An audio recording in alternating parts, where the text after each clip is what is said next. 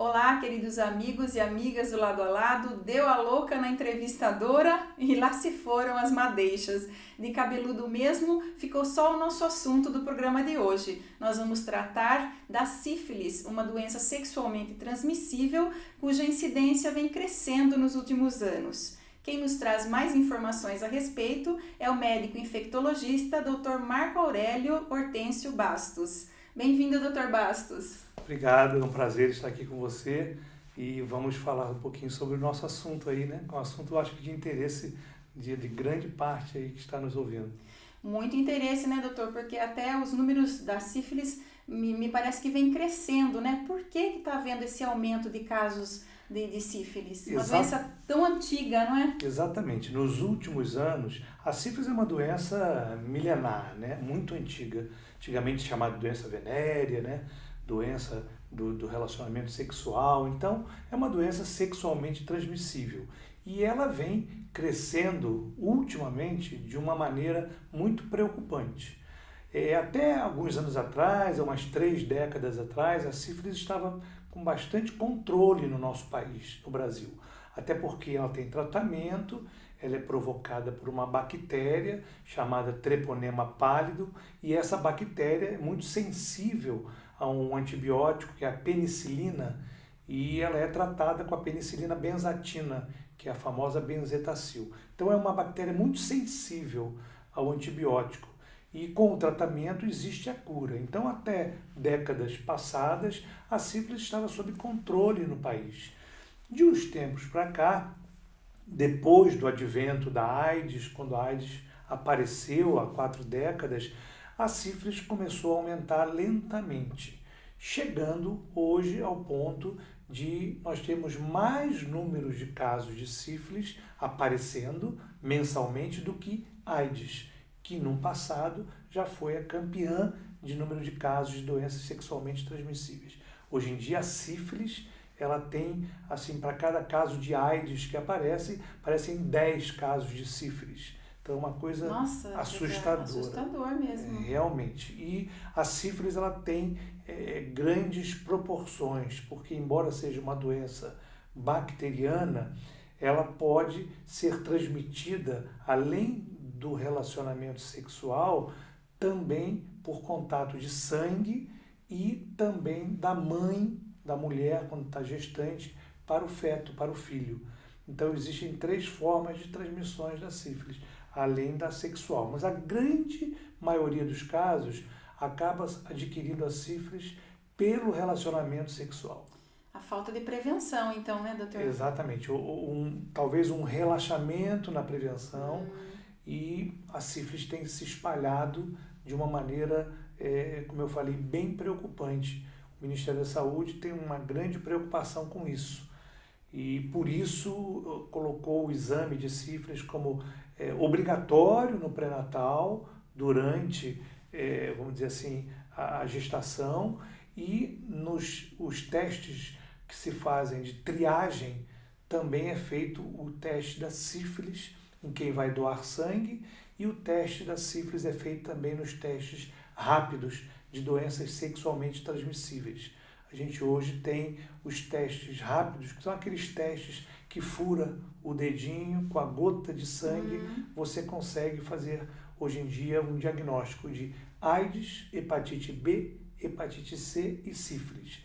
Essas 4 doenças nós temos em todos os centros de testagens no país. São centros capacitados para esses exames e dá o resultado na hora. Em 10 minutos você tem o resultado se você é portador de alguma dessas doenças. Porque o grande problema dessas doenças, inclusive a sífilis, é o fato dela poder passar períodos longos sem sintomatologia, sem sintomas. O período de incubação da sífilis é grande? Não, o período de incubação é curto.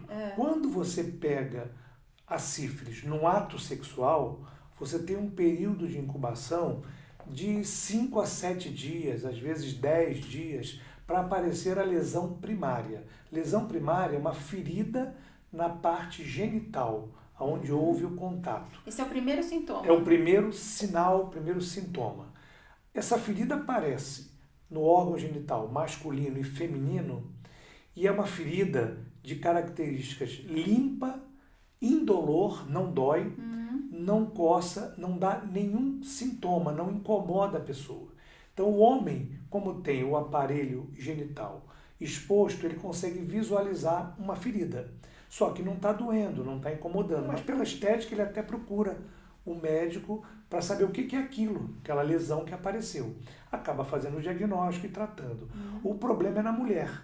Como o aparelho genital reprodutor da mulher é um aparelho que a mulher não tem a visão como o homem, ela pega a sífilis, nasce uma ferida e ela não enxerga a ferida e não sente dor, coceira, nada. Não tem como e a perceber. ferida fica ali. A não ser que ela faça um exame preventivo ginecológico periodicamente e acabe detectando num exame, assim, de repente, numa triagem, num exame preventivo. Senão, ela não vai ver a ferida. Qual é o grande problema disso?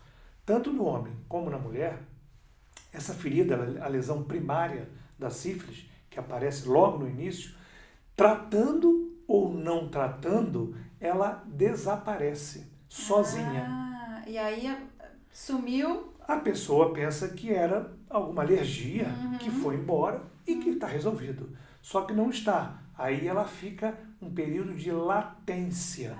Um período no sangue, latente, tipo incubado. E quanto é esse período? Pode ser de 2, 3 a 5 anos. Nossa, tudo isso? E a pessoa não sente nada, não sabe que é portadora, a gente chama de sífilis latente. Ela fica ali e ela está transmitindo isso no ato sexual. Ela transmite a sífilis e vice-versa. Por isso que ocorre essa grande transmissibilidade aí que a gente está sem conseguir muito controlar. São pessoas portadoras que estão em fases assintomáticas de latência e estão tendo relacionamento sem o preservativo, sem segurança e transmitindo para outras pessoas. Então, isso é o grande problema. E aí o pior disso, quando é uma mulher que está com esse período de latência, ela é engravida e ela vai passar para o bebê, para a criança durante a gestação. Embora hoje, como eu disse anteriormente, é obrigatório num pré-natal, num exame, quando a mulher chega e descobre a gestação, fazer o exame da sífilis. E vindo o resultado positivo, ela vai tratar durante a gestação. Só aquela mulher que não faz o pré-natal, não faz o exame, não sabe, vai ter. E nesse caso, doutor, uma mulher que não faz o pré-natal e está com sífilis, quais as consequências para o feto? Então, aí se ela não fizer um pré-natal, está com a doença latente, passa para a criança e aí o que pode acontecer? Primeiramente, ela pode abortar. A sífilis ela é uma das causas de aborto espontâneo numa gestação na mulher. Além disso, ela pode trazer, chama-se a sífilis congênita, a criança nasce com defeitos congênitos. Pode nascer com perda da visão, com microencefalia, o cérebro reduzido, pode ter problemas de crescimento, enfim, existe uma série de complicações que a criança pode nascer com defeitos genéticos provocados pela infecção sifilítica. Então, isso a gente parece, falando assim, que nós estamos no estado de São Paulo, né? E no estado de São Paulo tem um sistema único de saúde muito bem estruturado, onde o pré-natal é muito bem realizado. Só não faz o pré-natal a grávida que não quer, né? Que não quiser. Mas, para dentro do Brasil aí, no Nordeste, Norte, Centro-Oeste, não se tem, às vezes, acesso ao médico, a pessoa engravida, e tem muitos casos de sífilis congênitas dentro aí do nosso país, aí, que é a preocupação do Ministério da Saúde, de fazer chegar nas pessoas uma assistência onde possa se fazer o diagnóstico precoce numa gestação e você tratar aquela gestação para a criança não ser prejudicada. Então, a sífilis congênita, hoje em dia, é um grande problema que o Ministério da Saúde enfrenta. Então, o Ministério tem uma preocupação muito grande com isso, porque ele não consegue fazer a notificação real do número de casos de sífilis no país. A gente tem um número expressivo, como eu falei, hoje em dia é um número de casos para cada paciente, para ter uma ideia, cada paciente de AIDS que aparece, 10 de sífilis aparecem. quando não aparece junto a AIDS e a sífilis juntas. Então é um problema de saúde pública muito, assim, vamos dizer assim, preocupante, muito evidente, que o Ministério tem cobrado muito das vigilâncias epidemiológicas dos estados, vamos dizer assim, uma vigilância maior sobre isso. E a importância do cidadão também de se cuidar, né? De fazer sexo seguro. Exatamente. Chegar a informação em todos os pontos do país, onde possa o cidadão saber que hoje em dia existe muita coisa que pode ser transmitida numa relação sexual e que é necessário a prevenção. E a prevenção é única para todas as doenças, né? Não tem o que a gente questionar, não se tem outra maneira Camisinha, a não ser a camisinha, que é o preservativo que previne não só da sífilis, de outras infecções sexualmente transmissíveis. AIDS, hepatite B, hepatite C, o HPV, que é o papiloma vírus humano que dá câncer. Então tem muitas coisas dentro do grupo das infecções sexuais que a camisinha previne, o simples uso de preservativo. E doutor, o senhor já falou aí da criança, né, que recebe da mãe a sífilis. No caso do adulto, como que a sífilis evolui se não houver o tratamento? Então, como a gente estava falando, então a sífilis ela entra nesse período de latência, né, que pode levar 2, 3, 4, 5, 6 anos, às vezes até mais, 7 anos, vai depender de cada pessoa. Esse período de latência passa muito bem, a pessoa não sabe que tem problema, assintomática, não tem nada, nem sabe que tem se não fizer o exame. Aí vai chegar a forma chamada sífilis secundária. A sífilis secundária é um quadro da sífilis que aparecem manchas pelo corpo, manchas vermelhas, violáceas, uma série de manchas no corpo, a pessoa fica toda manchada, sem causa. Não é ferida. Não é ferida, são manchas. Sim. Que podem descamar ou não.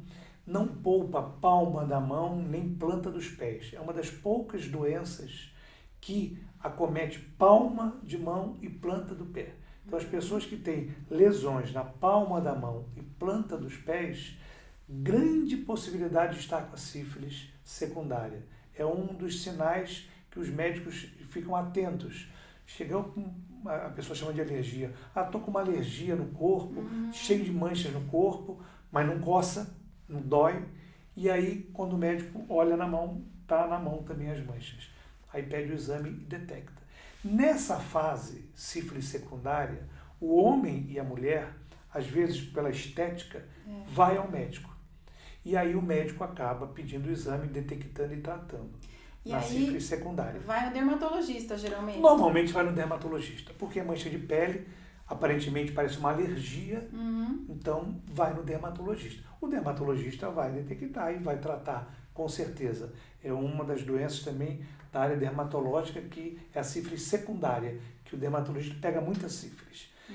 Bom, nessa fase, caso a pessoa, não vou no médico não, isso é uma alergia, eu vou passar uma pomada caseira que me ensinaram e aí vai melhorar, né? E acaba melhorando e some tudinho sem tratamento. Desaparece depois de um período de alguns meses, aquilo some. Ela volta em período de latência? Aí ela volta a um período de latência, até chegar na forma de sífilis terciária. A sífilis terciária, o terceiro período da sífilis, aí já é um período que a sífilis atingiu os órgãos vitais do corpo. Aí atinge coração, rim, cérebro, e aí vai matar a pessoa.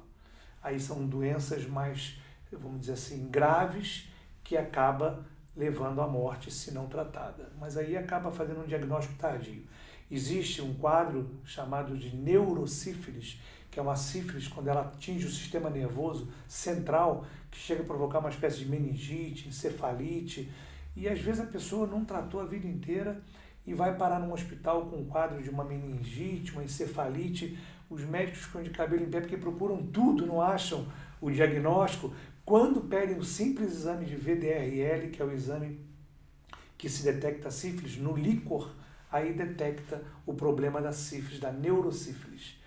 E aí trata-se e às vezes consegue salvar a pessoa ou assim, não. Quando ela está na fase terciária já está bem avançada, Tem tratamento ainda? Tem, Dá ainda é tratamento com a penicilina. Nas 3 fases, o tratamento é feito com penicilina, tá? Na primeira e segunda fase, a primária e a secundária, a penicilina benzatina, que é o benzetacil, e nessa fase já terciária, que normalmente a pessoa está internada quando faz o diagnóstico, aí já é a penicilina cristalina, que é usada no soro para ter uma ação mais rápida e mais eficaz, com uma dose mais alta. E aí acaba, às vezes, a gente conseguindo um resultado positivo, salvando o paciente. E às vezes não é possível se estiver muito avançado. Então a gente vê que a sífilis é uma doença que mata a longo prazo, diferentemente de outras que é a curto prazo. Mas é uma doença preocupante porque no início não dá sintomas, na fase secundária também não. Ela some na fase primária e secundária sem tratamento. E isso acaba dificultando o quê? O diagnóstico, o tratamento e, vamos dizer assim, o controle da transmissão. Acaba o controle sendo difícil porque as pessoas às vezes não procuram um médico. E não procurando um médico não vão tratar e vão continuar contaminando outras pessoas passando para frente. É uma doença que eu acho muito difícil da gente fazer um controle. E do modo que nós estamos hoje vivendo e a gente presenciando nos consultórios, ambulatórios do SUS, a gente vê todos os dias casos de sífilis aparecendo. Em média, por mês, no nosso serviço, por exemplo, em Itu, que a gente trata isso, o de Salto também, dá uma média aí de 12 a 15 casos novos por mês. Só aqui na cidade de Salto e Itu. Então, é um número expressivo. Preocupante. Preocupante. Isso, imagina numa capital, numa grande São Paulo, como é que deve estar. Muito maior, né? Então, não se tem nem assim muitos números exatos, porque a difícil notificação, o trabalho das vigilâncias é bem complicado. E muitas vezes também o que acontece? O homem, ele vai no consultório ou no posto de saúde e é diagnosticado com sífilis. E ele, às vezes, não fala com quem ele teve contato por sigilo, ou não pode falar, vergonha, ou não quer expor a outra pessoa, e aí a outra pessoa não vem para tratamento. A outra pessoa do casal, que se for hétero é uma mulher, se for homossexual é um outro homem. E acontece que ele se trata, mas aí ele não traz a parceira ou o parceiro para o tratamento. E ele volta lá naquele parceiro, naquela parceira, ele se recontamina. E às vezes ele volta e fala, não curou, não é que não curou, ele voltou a pegar. Entendi. E o que acontece? Com tudo isso, a bactéria da sífilis está ficando bem resistente. Existem casos hoje em dia que a gente aplica o antibiótico, a penicilina, e não está se conseguindo cura no primeiro tratamento. Tem que retratar, às vezes, 2 ou 3 vezes. Tem que aumentar a dose. Aumentar a dose para você atingir a bactéria, porque ela tem ficado resistente devido ao fato das recontaminações, de pessoas que não se tratam. Enfim, são problemas que a gente encontra dificuldade até no tratamento. E a prevenção nem se fala, né? Que as pessoas não acham que pode acontecer com elas. Então, eu acho que é isso mesmo, né, elas doutor? não Ninguém acha que acontece, usam preservativo. Existe uma resistência muito grande do uso do preservativo. A gente tem pesquisas, estudos feitos com população de que o público masculino, somente em torno de 30% dos homens usam preservativo durante o ato sexual. Ou seja, em cada 10 homens, somente 3 usam.